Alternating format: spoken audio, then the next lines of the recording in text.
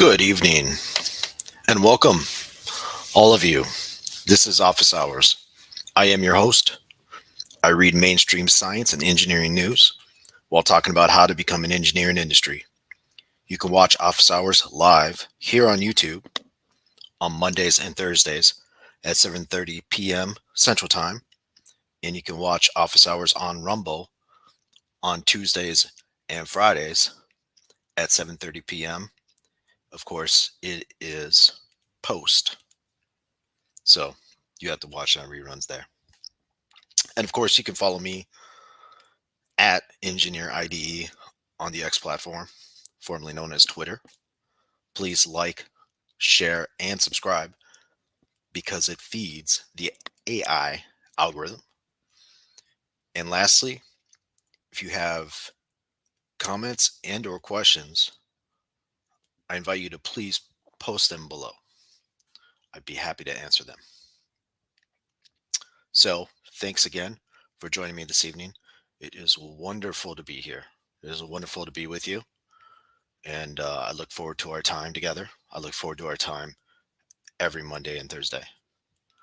This truly is a wonderful part of my week, and I'm happy here to share uh, my knowledge and experience with you while providing you with a little bit of uh, news from the mainstream and a little bit of industry experience. So, with that said, for tonight, we'll jump into our article, which is Oregon again says students don't need to prove mastery of reading, writing, or math to graduate, citing harm to students of color. All right, this is probably not going to go well, but we shall push through. This article was published on the 19th and updated on the 22nd. I wonder what they changed. By the way, before I get going here, um, in order to be successful in anything, you have to be able to read, write, and do some arithmetic. Now, do you have to do calculus? No. Do you even need to do, let's say, trigonometry? No. But knowing a little bit of algebra will put you ahead of a lot of other people. You'd be amazed how and where you can use algebra in industry. You can use it in banking. You can use it if you're a small business owner. Let's see, where else could you use it? Um, Obviously, they use it in medicine, but again, you'd have to go to school for a long time to be a doctor. Uh, you can, let's say you're working, we know last time we talked about Amazon uh, and one of their facilities. You can use math uh, in a warehouse. You'd be amazed what you can apply math to in a warehouse. You could come up with little tools for yourself to use. I did this a long time ago. I came up with something, and boy, it made everyone's life a lot easier. So don't discount it. If you go to a school which was similar to mine, where people told you math wasn't important, oh, your math's not important. You're never going to use that in real life. Well, yes, yes, you can, and yes, you will. Uh, and you'll hear that a lot. And by the way, our we have a culture that is, uh, I'm not going to say anti-intellectual. I don't really like that term, but it's anti-math. How many people do you know that will tell you, "Oh, I'm not good at math"? Well, statistically speaking, uh, a lot of people that say that to you, if this is your experience, it's very much my experience. A lot of those people should be good at math, but chose not to. And in their defense, math is hard. Math is not easy. It takes work, but so do a lot of other things in life. So, just just consider that while I read through this, and I will expound on that some more. So again, if you're here and you're watching, you're interested in becoming an engineer out in industry. And to be an engineer, you have to take math courses. Algebra is the first step. It's certainly not the last. It is a road. Uh, there's a lot of hard work involved, but it is very enriching, both intellectually and financially. So you'll never be Taylor Swift. You'll never have Taylor Swift money. Uh, most engineers don't have. I mean, there's probably one engineer I can think of. His name's Elon Musk. Well, Jeff Bezos is an engineer too. Uh, so if you're those men or those people, because there are women obviously or engineers who have a lot of money as well, but that's not the norm, right? Uh, but it, it it at that point doesn't really matter. Uh, Once you get the title of engineer, you start getting that paycheck. That's when it becomes worth it, and you'll realize that your life has become pretty stable, and your hard work is paid off.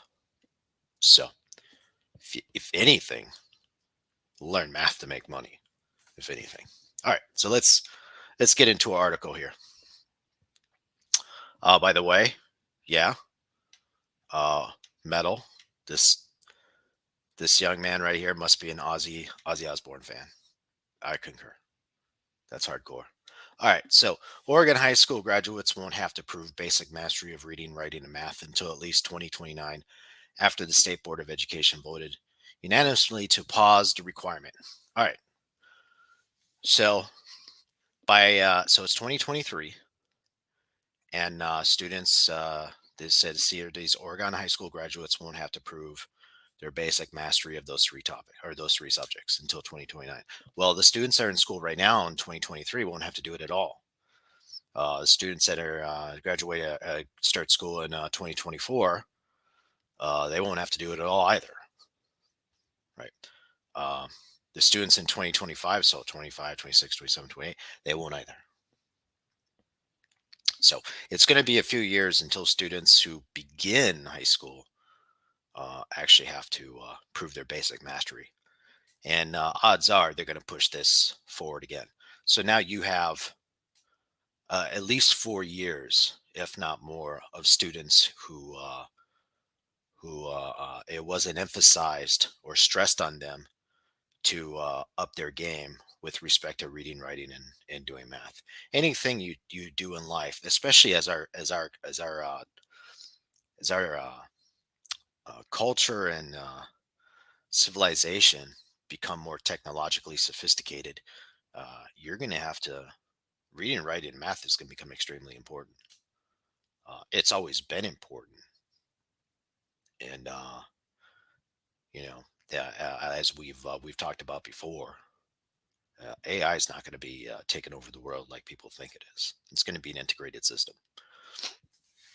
So let's start our article here. So as the article starts, Oregon high school students won't have to prove basic mastery of reading, writing, or math to graduate from high school until at least 2029.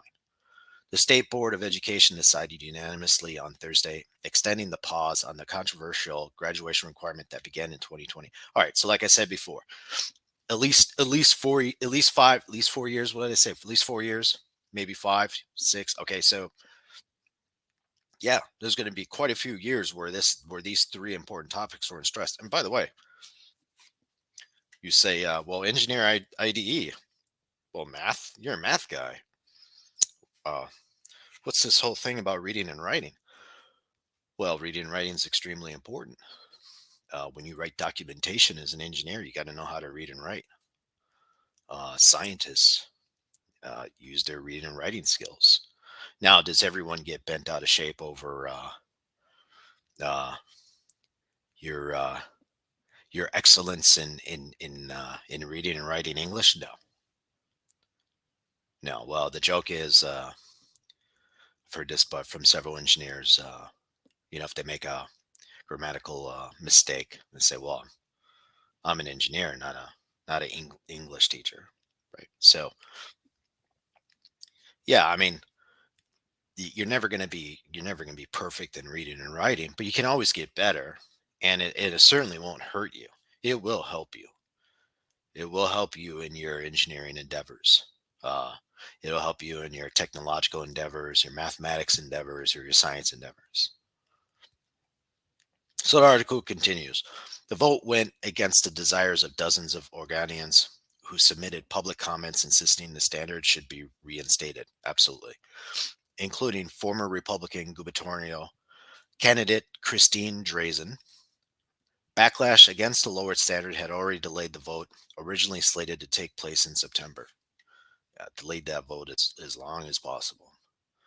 Um, this is a terrible policy.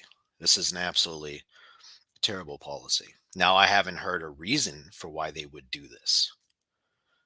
Uh, I'm concerned why they would do this, and yeah, frankly, it is anti-science. It's anti-flourishing. If you deny people the ability or the opportunity to be able to read, write, and do math, you're denying people an ability to be able to flourish in life, especially in a society like ours. So hold on a second, please.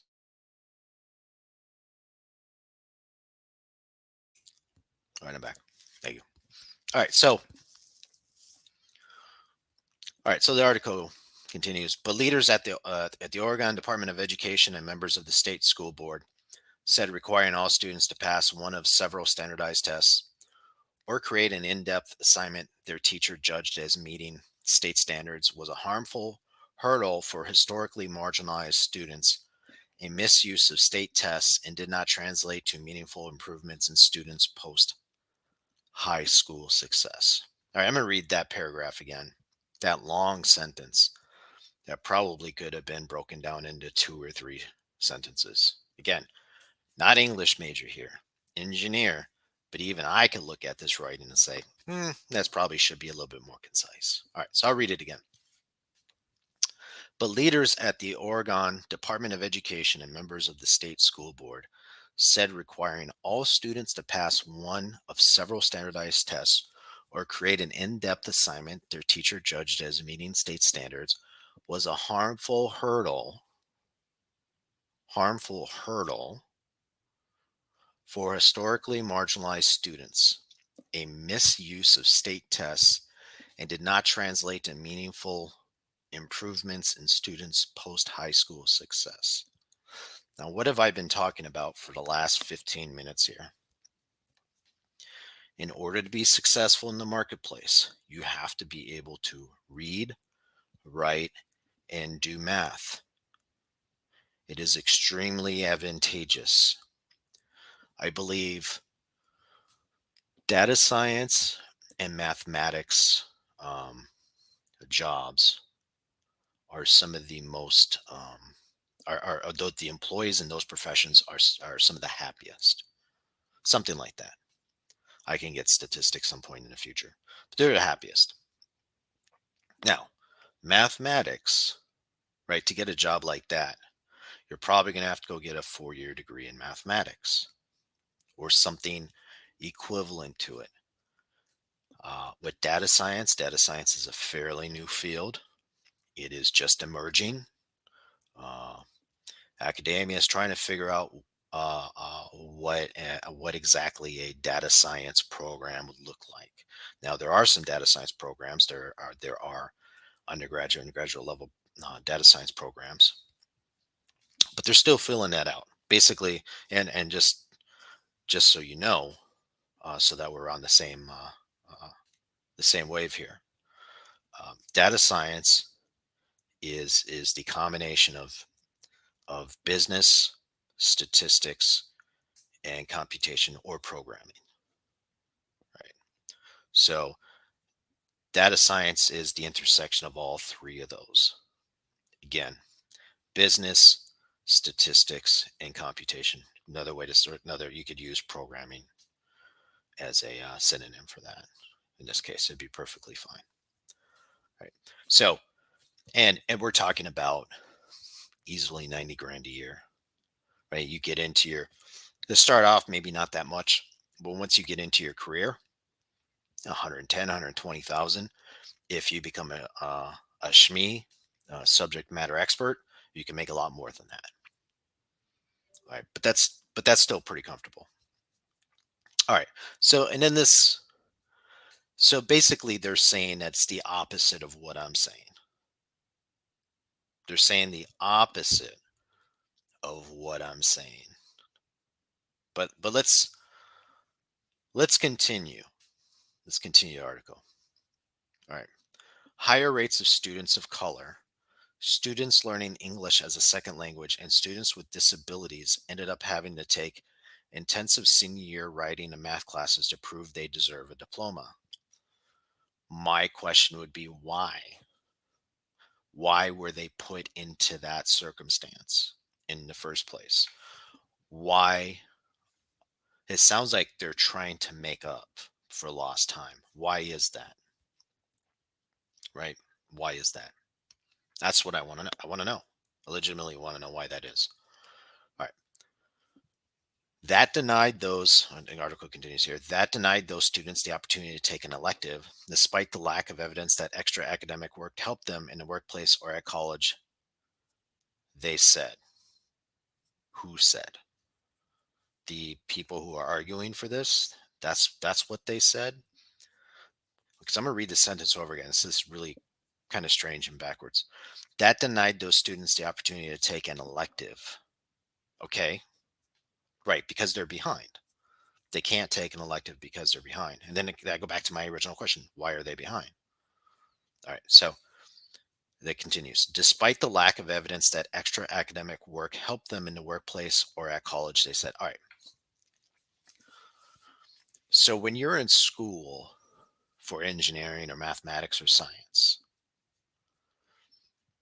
you come to me, you say, Mr. Engineer IDE, I have all these I have all these groups on campus. So let's say you're in community college, you have all these groups. And you say, well, and I ask, okay, well, what group is it? Let's say you come to me, this is a political science group. I say, well, I thought you were a computer science student. Yeah, but there aren't any computer science clubs on campus. Okay, create one. Create a club. When you participate in the club, you're going to do projects and activities. You're going to be doing extra academic work. You're going to be immersing yourself uh, into the computer science uh, uh, culture. Okay.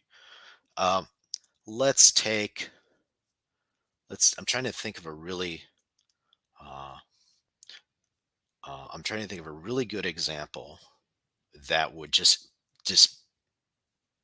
push this home. Uh, all right.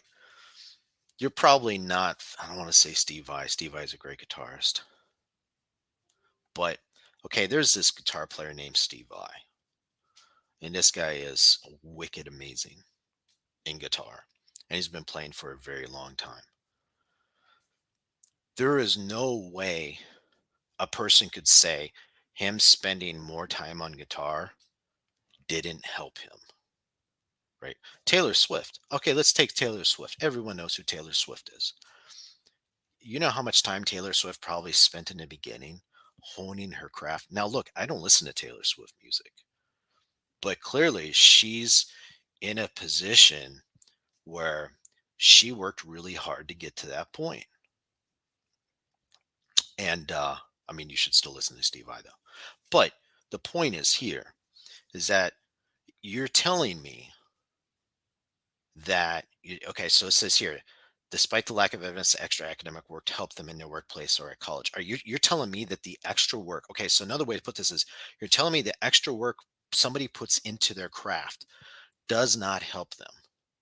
That is insane. That is ridiculous. That's bonkers thinking. That is the exact opposite of what you should be doing. Um, I think it's the case in China. Those students are in school 6 days a week. And as far as understand, they are going to surpass us if they haven't already surpassed us. There's a big emphasis and focus on education in China. Okay. Now, we're talking about Taylor Swift levels of focus. If working now, I don't now again, I don't know this if this is the case for sure about Taylor Swift, but I imagine it is.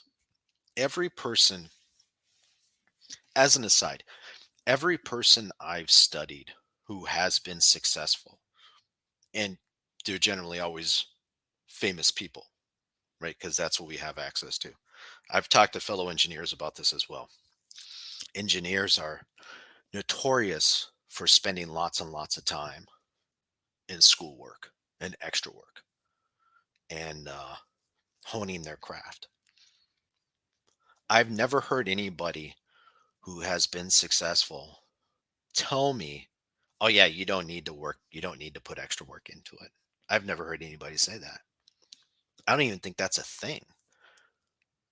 I've never heard of that. Every person that I've spent even more than 5 minutes looking into has spent extra time honing their craft, working hard, right? And it's not, and like I said, not just engineering. I'm using Taylor Swift as the example here. This is extremely important.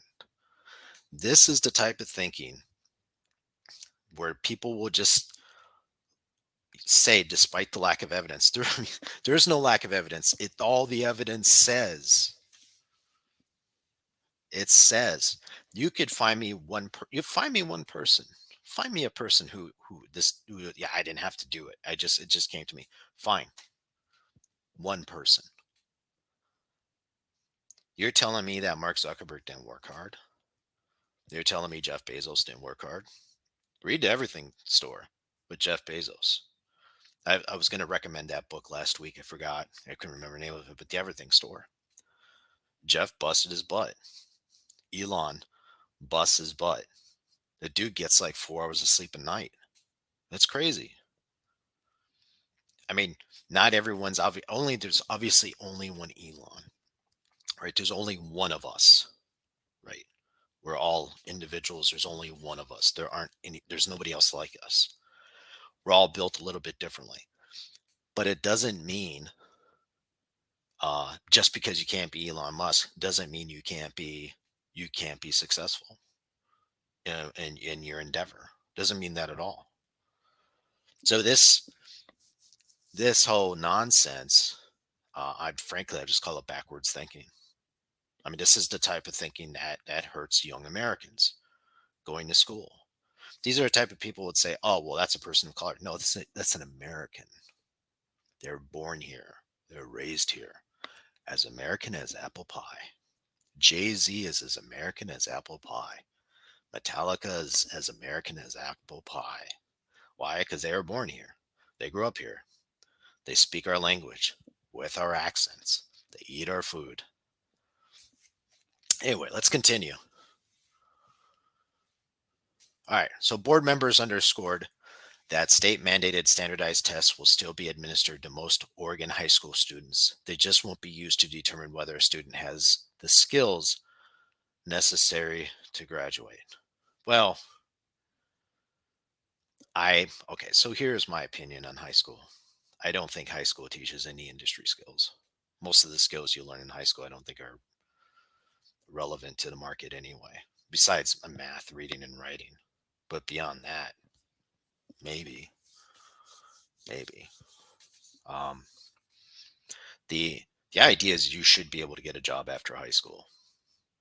You should be able to, but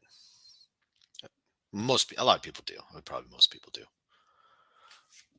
So I'm not necessarily sure I disagree with with this sentence.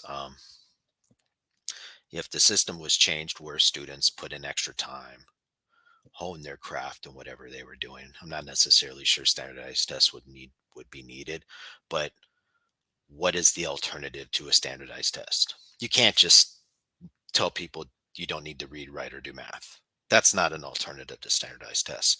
Come up with something a bit more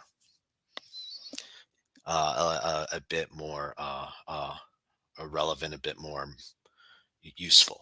That's the word I'm looking for. All right. So the article quotes here: "We haven't suspended any sort of assessments," State Board member Vicky Lopez Sanchez, a dean at Portland Community College, said during Thursday's meeting. Well, that's good because I thought we were talking about high school, but apparently now we're dean at Portland Community College said, okay, okay, I kind of confused now. I thought we were talking about high school, but now we're talking about community college. All right. So maybe I'm in the wrong. All right. So we'll continue here. The article continues with a quote: "The only thing we are suspending is the inappropriate use of how those assessments were being used. I think that really is in the best interest of Oregon." Oh, okay. So they really are suspending them. Okay. Well, you can word it. I mean, if you don't have students take the assessments, you're suspending the assessments. It doesn't matter how you word it. That's what it is. All right. Oregon lawmakers, however, have mandated that families be told each year that they can opt their student out of taking state tests. And 1/3 of high school juniors didn't take the test last spring, meaning they and their families don't necessarily know how they measure up against statewide academic standards. Yes, when in Rome, that's the old saying, when in Rome, do as the Romans. What do I mean by that? If you're doing what the Romans are doing, then you can measure yourself up against the Romans. But if you're not, then how do you know? In this case, we're talking about tests, right? So, and 1/3 of high school student juniors didn't take the test last spring. Okay, so there's a third of the juniors. Okay, I guess we are talking about high school. All right, so that's good. So, all right, so they didn't take the test, so now they don't know how to measure up. Yeah, yeah, I would call that a disadvantage. Call it a disadvantage. And here's another thing about a test: a test gives you an objective. It means that you have to prepare for the test. That is going to create an incentive. And I guess I haven't really gotten into incentives and trade offs yet, but those are two terms as young students you should embrace. Embrace incentives and trade offs. There is a person named Thomas Sowell who you should read. You should read Thomas Sowell. I doubt they told you about Thomas Sowell in your schools. Thomas Sowell, there's a quote from Thomas Sowell: there are no solutions, only trade offs. All right. So in this case, not taking the exam really wasn't a solution. It was some sort of trade off, and they didn't have incentives. Right. If they had been forced to take the test, then they would have an incentive to prepare for the test. They would have taken the test, even if they didn't do well, at least they would have known where they measured up against everyone else. Look, I'm not a fan of tests myself. I'd rather do a project. Uh, I've done really well on tests and exams, and I've done terrible on tests and exams. You just keep going. It's the body of your work overall. That's what counts. So, who do you think is going to do better? The people who prepared and took the test, or the people who didn't? Because the other question would be, if they weren't studying for the test, what were they doing? Right? What were they doing? Where you put your time counts. And by the way, your time is limited. Your time, but your time is the most important thing you have. It's the most important thing you have. You need to guard it with your life. Right. So the question is, if they weren't preparing for the exam, what were they doing? And I'm just going to leave that as a question. All right. Article continues. Proven mastery of reading, writing, and math on one of many standardized tests or a teacher judged in-depth assignment was one of several Oregon graduation requirements. Okay. Hey, you know what? Standardized tests, teacher judged in depth, they probably should be the same thing, but I'm okay with a little bit of flexibility depending on the circumstances. If it was an in-depth assignment like a project where they actually had to go out and learn how to do research on their own and build something and create something, I would actually say that's probably more important than a standardized test. But it depends on the design of the test and the assignment itself or the project, right? And it also depends on what you're trying to do. Um, so I don't necessarily disagree with that, but how are those two things designed? I don't know. I don't know. And again, design is destiny. I've said this before. The design of your system will determine the success of your system. If your system is designed poorly, it will behave poorly. If your system is designed well, it will behave well. That doesn't You don't design a bad system and then it behaves well. That's not a thing. That's not a thing. You can actually design a good system and it behave badly. That can happen. That can happen. I don't have an example for you at the moment, but that can happen. So, I think the bottom line is systems behaving well is, well, uh, not common. That's probably safe to say. It's not common. Human design systems, that is. Obviously, nature works very well and is designed very well. And I'm not going to get into that topic about if it's designed by some higher being or something like that. Although that's an interesting topic and it's interesting reads on both sides. So if you're a curious person and you want to dive into something that's interesting, go for that. All right. So let's continue the article here. During the pandemic, Governor Kate Brown signed a bill freezing the proficiency requirement. As standardized tests weren't happening amid school closures, lawmakers decided to order a more comprehensive review of graduation requirements. All right. So, uh, during the bug, and probably just got knocked by YouTube for saying the P word, but all right. Well, let's call it the love bug. So during the love bug, they freeze the proficiency requirement. Um, I don't know why. I don't know why you would do that. Kids aren't at school, kids aren't interacting with each other, and then they go ahead, oh, well, since we're doing that, let's just do this other thing. It doesn't make any sense to me, but I don't really explain it in here. I don't know what the thinking is behind that. So it says again, as standardized tests weren't happening amid school closures. Okay, so what? Uh, this probably not I don't have a problem with doing a comprehensive review of graduation requirements as long as it optimizes the system, as long as it creates uh, more graduates who are more successful in the market. I'm actually okay with that. I don't have a problem with that. Does our educational system need to be refurbished? Probably more than just refurbished, but redesigned. Yeah, we actually have a fairly terrible educational system. It's not very good. Um, but I I imagine a lot of people would disagree with that. But that's fine. All right. So it's kind of off topic. All right. So let's continue the article here.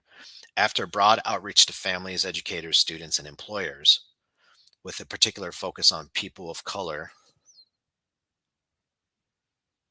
What? I didn't even, okay. Let's continue. The Oregon Department of Education recommended new graduation recommendations about a year ago. One of those was to scrap the requirement to show mastery of reading, writing, and math. Um,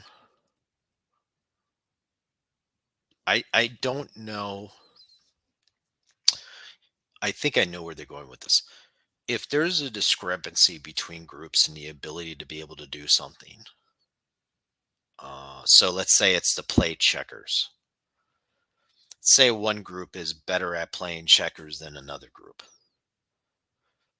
So your solution is the group that's not very good at playing checkers, you're going to give them less time to practice playing checkers than the other group. Do you think the group that doesn't know how to play checkers is ever going to catch up to the group that does know how to play checkers? There is a right answer and there's a wrong answer. All right, so let's continue the article here. One of those was scrapped. One of those was to scrap the requirement to show mastery of reading, writing, and math. Okay, I guess I already read that. State lawmakers have not acted on that recommendation, and the department, in the meantime, asked the state board to continue its pause through at least the 27-28 school year. Okay, that doesn't make any sense to me. All right, so we continue. Speaking of the academic mastery requirements, Dan Farley, Assistant Superintendent of Research and Data for the department, told the state board Thursday they did not work. What they were designed to do is protect student interest. We have no evidence that they did. No, they weren't designed to protect student. What are you talking about? No, their design was to make sure students failed. That was the design. The design was to ensure that students are not proficient in reading, writing, and math. That's the design of the system. This idea that it's some other fanciful word is just, I'm sorry, it's garbage. The design of the system was to ensure students were not proficient, or let's say use the word excellent, in reading, writing, and math. If your focus, okay, let's go back to the checkers example, which is probably a terrible example, but I'm using it for school classroom purposes here.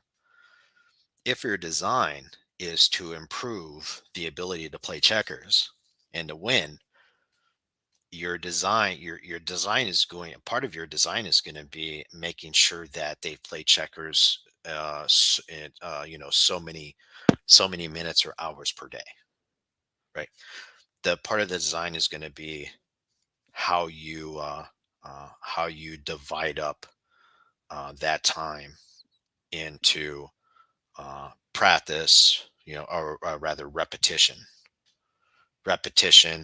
competition. I'm sure there's other aspects of checkers that I'm not conveying at the moment. But the point is that your design, the overall design of systems is actually fairly simple. Now, all the things going on underneath it, that's fairly complicated. But generally in a system, the system itself, the behavior of a system is generally fairly simple, right? All right, but I think I've kicked that dead horse enough. All right. So Farley pointed to a 2021 analysis by Oregon's Higher Education Coordinating Commission that found no clear evidence that implementing the proficiency standards improved the performance of Oregon high school graduates during their first year of community college or university classes. Again, I go back to the Taylor Swift example. If Taylor Swift doesn't convince you, go to the Oprah Winfrey example. Oprah Winfrey did not get to where she is because she just basically was lazy. She worked hard. She worked long hours. She sacrificed. Bill Gates did the same thing. Elon Musk did the same thing. Uh, Jeff Bezos did the same thing. You should hear about what Tom Cruise did to become successful in Hollywood. And he was sleeping at his car at one point and just going uh, to auditions nonstop. Crazy stuff. Right? You become good at something because you put more time into it, not less time into it. All right. The report did not study all possible post-secondary outcomes. Farley told the commission and the state could do further research on that point. No, because you're not. No, you already know what the outcomes are. You already know what the outcomes are. You're studying the strategies. That's what you're studying. From the different strategies are going to produce different outcomes. So I didn't even think his research is correct. At least not the way they write it here. All right. But I digress. All right. So the article continues. The report also notes that it's possible that the level of skill required to meet Oregon's since paused academic mastery standards was too low to improve college and university outcomes. Okay. This just seems like a huge mess. All right. So the article continues. It's also possible, the report said, that student success in college relies more heavily on other factors than writing or math skill levels. Yeah. What time do you wake up? Uh, do you have a morning schedule? Do you have an afternoon schedule? Do you have a job? Do you have an evening schedule? What time do you go to bed? Wake up at the same time every morning. Try to go to bed at the same time every night. Develop a habit. You need to develop your habits throughout the day. Uh, don't try to achieve everything in one day. Take it day by day. Small steps. You're going to fall down. Pick yourself back up. All right. So these are more broad terms for how you would create a system for success. But within that system, you're going to have these habits, right? Taylor Swift had these habits, or still has these habits. Oprah has these habits. Excuse me. Every successful person you look at has these habits. Mr. Beast. Is his name Mr. Beast? Is it Mr. Beast?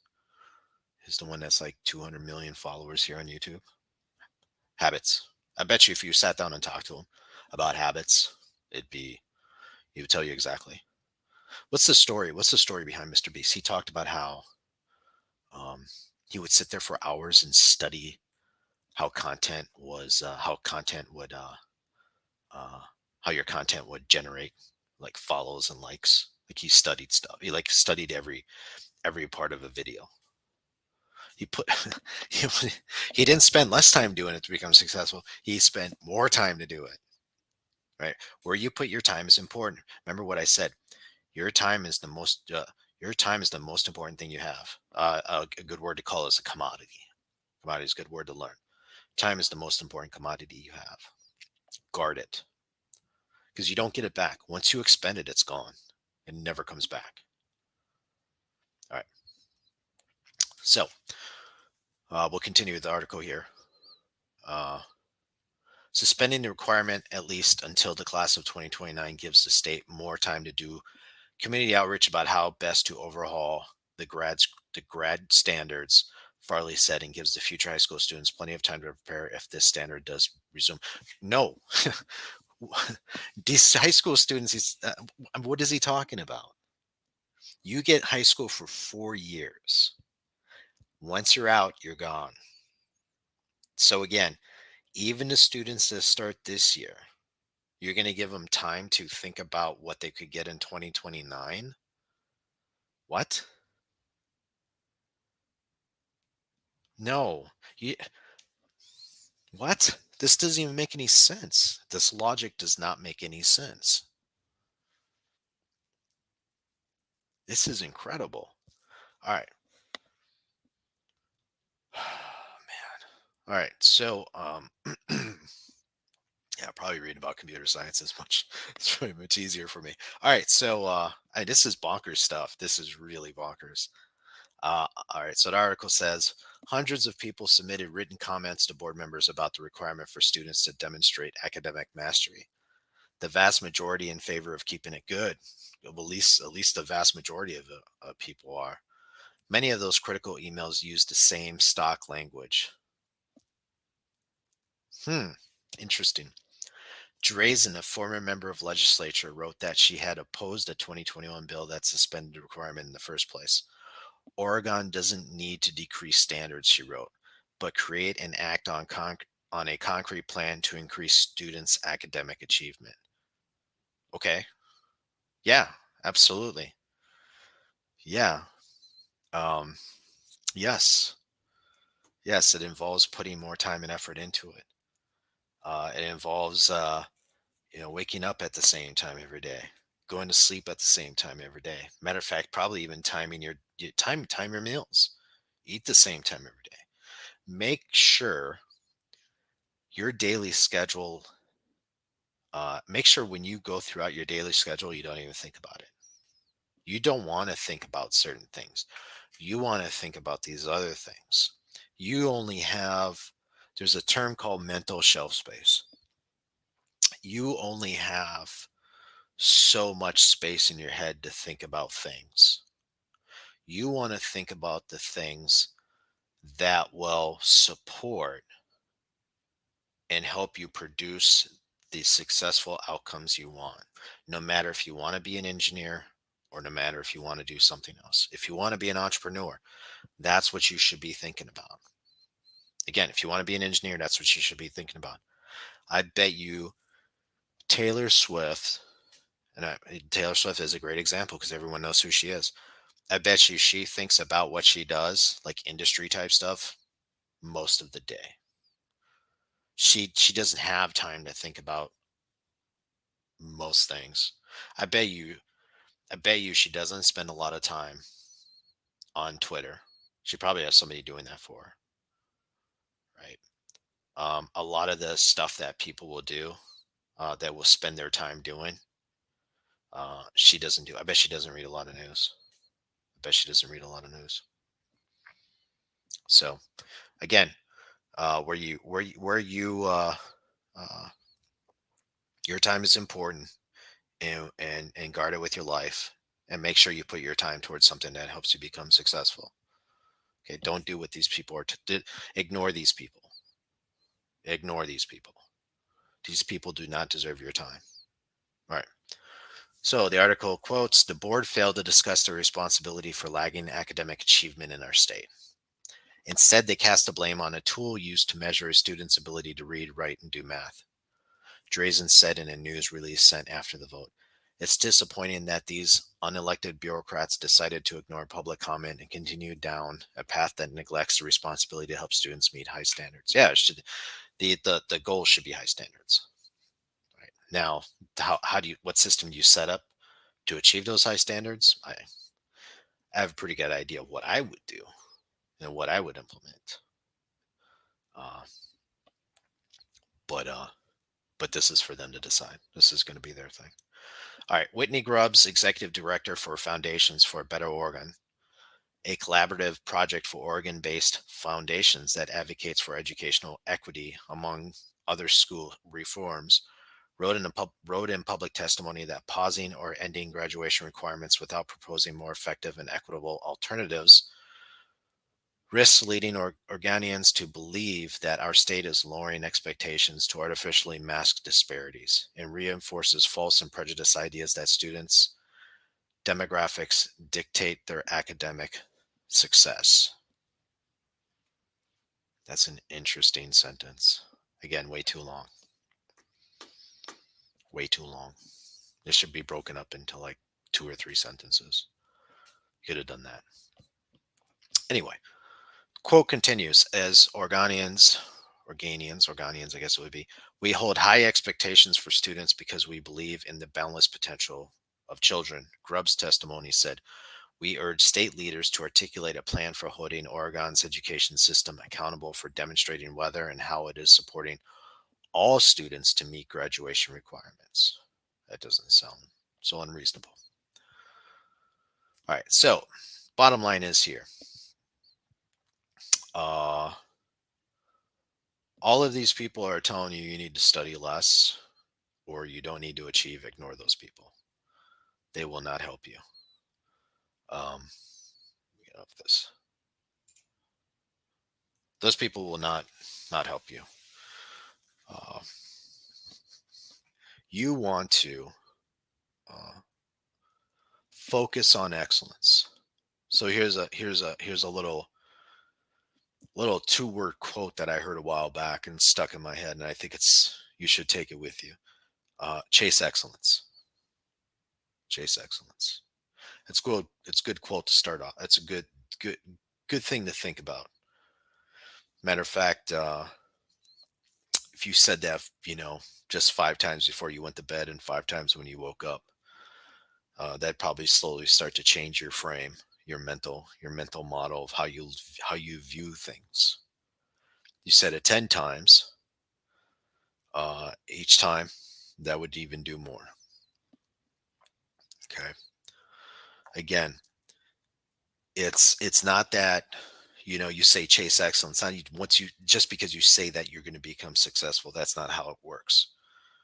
How it works is um, it becomes reinforcing. That's what happens. So uh, there's this little saying I say all the time. Uh, Reality is subjective. Be the author of your reality.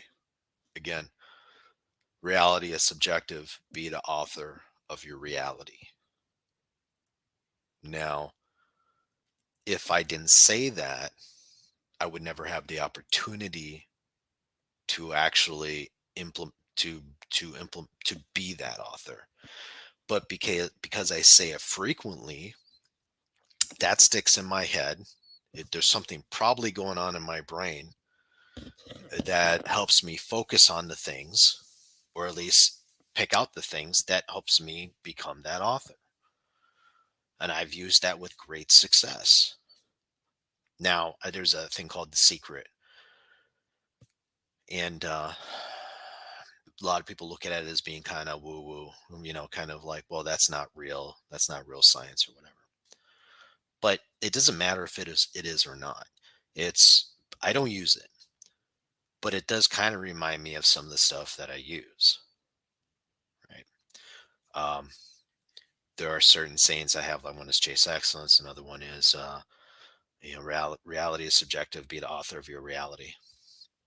Another thing I say when I wake up in the morning, engineer IDE. Today is going to be a great day. You're going to have a great day, right? Every once in a while, I might have a bad day when I say that, but more often than not, I end up having a good day, right? These are all the things I've talked about in the last hour. These are all things you can use. Uh, these are uh, these are tools that you can add to your toolkit in order to become successful in your educational endeavor when you become an engineer. So, and even if you're not, even if you go into something else, you can use these tools. These tools are universal. Okay. So that's all I got for today. It was great spending this hour with you again. I look forward to seeing you Thursday night. Again, if you have questions, uh, comments, please post them below. Like, share, and subscribe because it feeds the AI algorithm. We all love AI here. And I hope you have a wonderful, wonderful evening and a wonderful week. I will see you. Well, before I go, this will be posted on Rumble tomorrow evening at 7:30 p.m. Central Time, and I will see you Thursday night here live on YouTube at 7:30 p.m. Central Time. All right. Have a great evening, and remember, study, study, study.